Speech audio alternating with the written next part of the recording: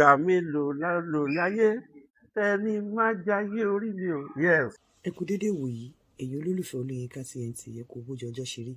ṣeré tó bá ti dìgbà kan tí bá fẹ́ sọ̀rọ̀ tí bá ti Ọlọ́run bá wá ṣe ó dà pé Ọlọ́run ló máa ń kún mi lọ́wọ́ mo kàn máa ń rí nǹkan tí mo máa lò ṣe rí nǹkan tí bọ̀bọ̀ ìjókòó sí mi ṣe bí múkà ray ìkan náà àwọn rays yẹn ni ṣe rí nǹkan tó jókòó tì ìwọ ọkùnrin tó bá ní àti lè jayé ru ayé báyìí once in a month Ọlọ́run jẹ́ kẹ́mi ẹ̀gùn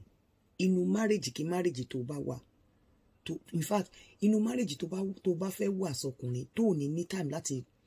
treat ara ẹ̀ báyìí in a month kò ní ìdí kó wọnú márèjì yẹn o ò tí ì ripe tó láti wọnú márèjì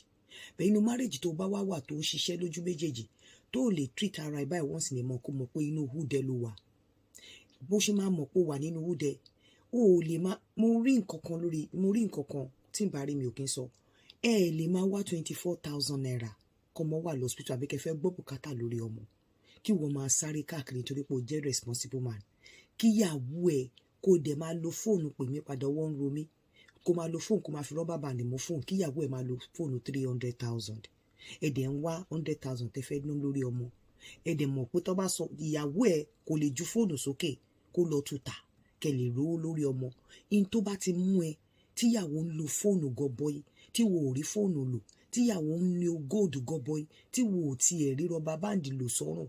tẹ wá ń wá owó kiri ìwọ̀nba ni kò struggle mọ́ in téèyàn fi ń ra gold téèyàn fi ń ní àwọn nǹkan tó wà expensive nígbà míì wípé tó bá ní agbára pé torí nǹkan bá ṣẹlẹ̀ tó bá dápá ó wàá lè rí nǹkan tó máa fall back to but nǹkan bùkátà wà lórí ọmọ ẹ fẹ́ gbọ́ bùkátà lórí ọmọ o ò dẹ̀ kí ń ṣe bẹ́ẹ̀ bóyá emergency ìyàwó ẹ̀ dẹ̀ ní àwọn nǹkan tó wà expensive tó lè takòta ìwọ dẹ̀ wá ń sáré káàkiri orí títì kò ń ṣe iṣẹ́ tí ọkùnrin ń ṣe tó ń jáde tó ń ṣe ló ń pa ọkùnrin bí kò ṣe wàhálà tọkùnrin ń ṣá nínú ilé tọkùnrin bá ṣiṣẹ́ látàárọ̀ dalẹ́ tó wọlé sọ́wọ́ obìnrin tó dáa in tó worst jù fọkùnrin láyé ni pé kó fóbìnrin tí ò ní understanding tóbìnrin tó bad tọkùnrin bá lọ ṣiṣẹ́ kò síṣẹ́ tọkùnrin lè ṣe tó bá wọlé tó bá ọkùnrin tó dáa obìnrin tó bóbìnrin tó gbà tó bá fọwọ́ wọwọ́ iṣẹ́ yẹn ò ní tẹ̀ lára ẹ̀ pé ó ń struggle bẹ́ẹ̀ ìwọ ọkùnrin lo fóònù 100,000 ìyàwó ẹ̀ ń lo fóònù 1 million bùkátà emergency wá wà lórí ọmọ ìyàwó yẹn ò dín fit ó rí pé òun já lamba káàkiri òun sá káàkiri òun tiraka káàkiri ò rí owó raise kò lè mú nínú nǹkan tó ní kó tà kẹfì raise owó ọmọ ó máa lọ wá toothpick ẹjọ́ máa mú mi táyìn ni mo sọ fún yín pé ẹ ní láti para yín nítorí anybody kò sẹ́ni tó kú tán sí sẹ́sẹ̀ ọmọ mi ní kó má gbọ́ bùkátà lórí ọmọ but in tó máa fi mọ̀ pé nǹkan tó máa fi máa struggle ni wípé tí ìyàwó ẹ̀ ò bá ní nǹkan tẹ́ ẹ lè tà láti raise owó fún emergency ọmọ fine but ìyàwó ní nǹkan tẹ́ ẹ lè tà láti raise owó fún emergency ọmọ kí ló dé tí wọ́n tún wá fẹ́ kú nígbà tó ọmọ wà ní emergency ọkùnrin mi ẹ̀ máa rí a máa jálamba káàkiri a máa sá káàkiri lórí nǹkan tó fẹ́ ná lórí ọmọ ìyàwó á dẹ̀ máa live ìyàwó á máa live very expensive lifestyle ìyàwó á máa lo fóònù 1 million ọ̀kan lo fóònù 100,000 ìyàwó á máa wọ jewelry á máa wọ kíní á máa wọ oní millions of naira ọkọ á dẹ̀ máa jálamba káàkiri láti raise school fees a máa jálamba káàkiri láti raise owó fún emergency mo mọ̀ pọ́pọ̀ yín máa ní ẹ tó bá ta gbogbo nǹkan ẹ̀tọ́ kí ló tún kù kò ṣe every time náà ní emergency but nǹkan tó bá mú ọkọ mo rí lórí Facebook ni o tó nídìí 25,000 naira lórí ọmọ tíyàwó dẹ̀ ní owó nínú àkáǹtì ò ná bí ò bá tiẹ̀ mọ̀ pé lówó nínú àkáǹtì tó ní fóònù ńlá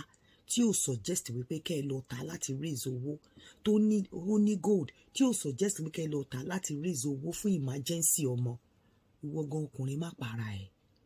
àti pé irú lifestyle tó bá ń live pẹ̀lú obìnrin tó ò bá ráyè máa treat ara ẹ̀ báyìí lẹ́ẹ̀kan lóṣù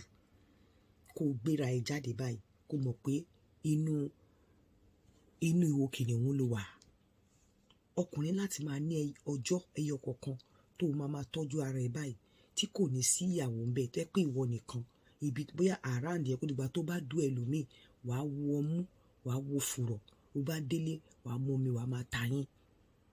tó o bá ti ní ọjọ́ kan tó ń look after ara ẹ̀ tó ń take care ara ẹ̀ báyìí ó lè má jẹ́rú oúnjẹ yìí but kó o wà rí ẹ rí i pé àwọn tó ń live irú lifestyle yìí ọ̀pọ̀lọpọ̀ wọn ò kí ń níyàwó ńlé tán lè ráyè láti tọ́jú ara wọn báyìí ọ̀pọ̀lọpọ̀ wọn ò kí ń níyàwó ńlé, ọ̀pọ̀lọpọ̀ wọn lè lówó kó má wà responsible. Ọkùnrin tó bá ti fẹ́ sọ pé ó fẹ́ wà responsible jù kó mọ̀ wípé òun súnmọ́ inú kòtò, òun súnmọ́ sàárè ẹni. Tó o bá ti decide láti wà responsible jù 100%, òun súnmọ́ sàárè ẹni. Tó o bá ti wà in a position láti máa fi wèrè pọ̀ tiẹ̀ lẹ́ǹkankan, láti máa wò pé ẹ jẹ́ kémi náà wà pé mo wálé ayé lẹ́ǹkankan, ìjọ òkú ẹ̀ ó súnmọ́ etílé. Tó o bá ní ẹnu láti sọ fún ìyàwó ẹ̀ lẹ́ǹkankan pé wá ọmọ mo struggle kò sí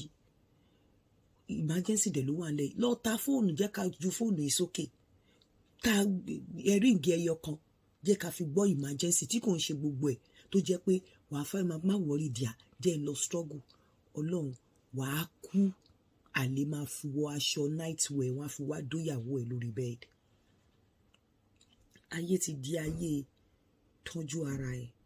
Kò sí ẹni tí wọ́n kú tó sọ wípé wọ́n sin sẹ́sẹ̀ ọmọ rí.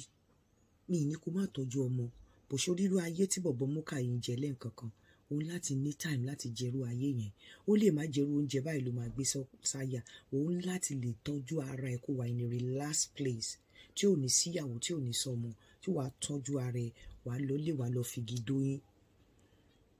so that wàá empty orí ẹ̀, ara ẹ̀ á wálẹ̀. Gbogbo ọkùnrin tó bá ti wà nínú ìgbéyàwó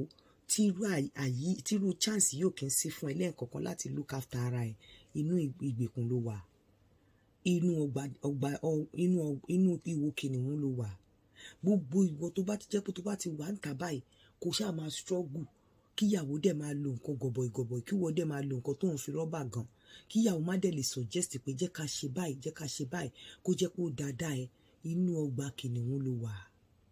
Kò sí ẹni tó ń kú tán sí sẹ́sẹ̀ ọmọ, òun láti look after ara ẹ̀. The society ò rẹ́rìn fún yín, obìnrin ò rẹ́rìn fún yín. Tó o bá kú ó máa ń pẹ̀lẹ́ Adéwálé, tó o bá lọ má fi mí sílẹ̀ o, bá mi tọ́jú àwọn ọmọ ẹ o,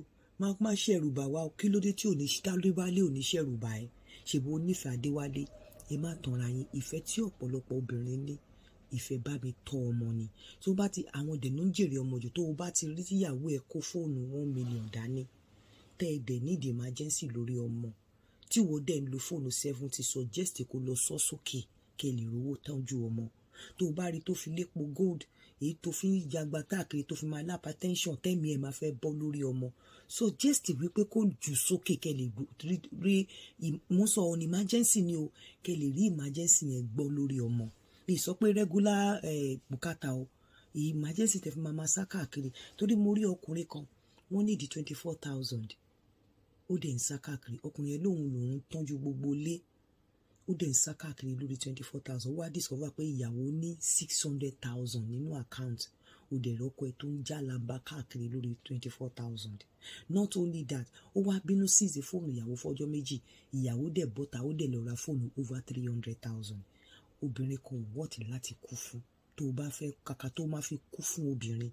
ajá tó o bá ń tọ́jú tó ń fún lóúnjẹ dáadáa, kú fún ajá yẹn, nítorí pé ajá ó máa ń dúró tìyàn ju àwọn obìnrin míì lọ.